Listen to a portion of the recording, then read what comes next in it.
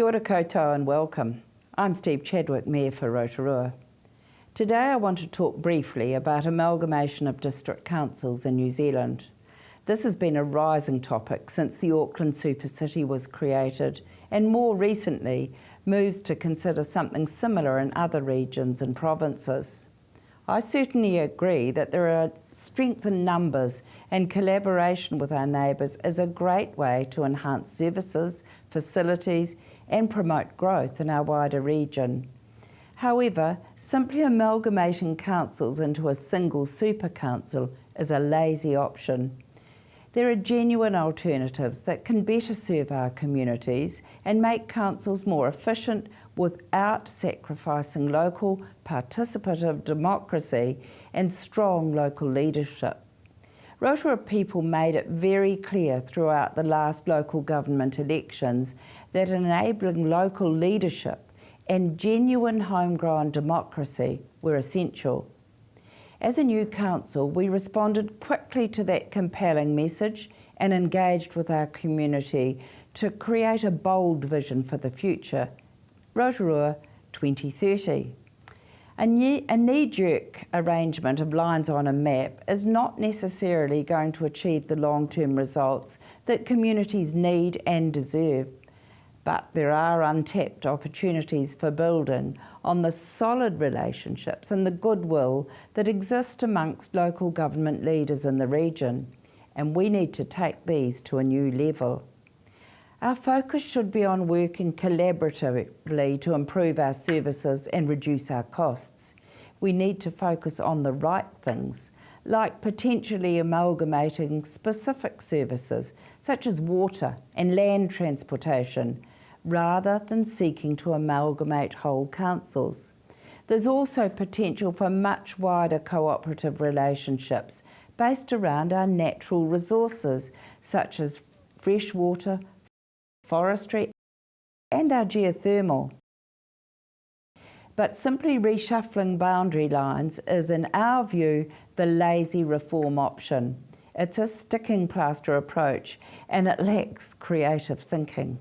It's naive to assume that positive change will come about simply by moving boundaries around and forcing organisations to amalgamate. It's becoming increasingly clear that it's not how big a council is that will drive cost savings, but how good its internal practices are. There's little evidence to show that political amalgamations benefit the very people that are supposed to support. In fact, we're learning from the experiences of a raft of council amalgamations in Australia that the claim bigger is better is simply not backed up by reality. On the contrary, research is showing that the substantial costs of transition, coupled with the overheads of much larger organisations, can result in prohibitive increases in costs. However, increased costs are not even the primary reason for dissatisfaction in those amalgamated communities. As Australian communities advocate Peter Anion pointed out when speaking in Rotorua last year, people are becoming increasingly concerned about the growing degradation of local leadership and the loss of local democracy following council amalgamations. So, let's have local government reform by all means. Let's build economies of scale in specific areas. Let's collaborate to achieve efficiencies and improve the quality of services for our community. But let's not throw the baby out with the bathwater.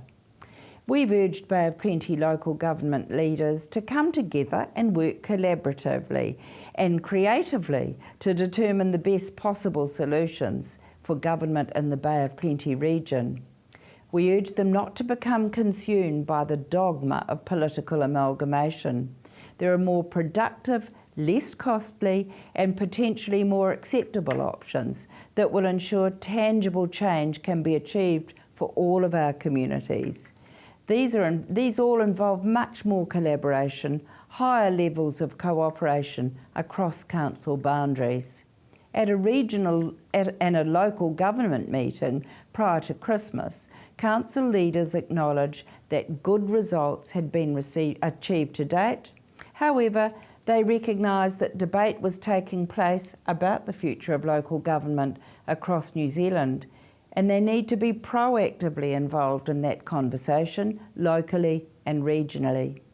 Agreement was reached at the meeting for councils to work together on a research project with the assistance of independent advice so that we understand the opportunities that exist in areas such as improved cost services, cost efficiencies and economic growth.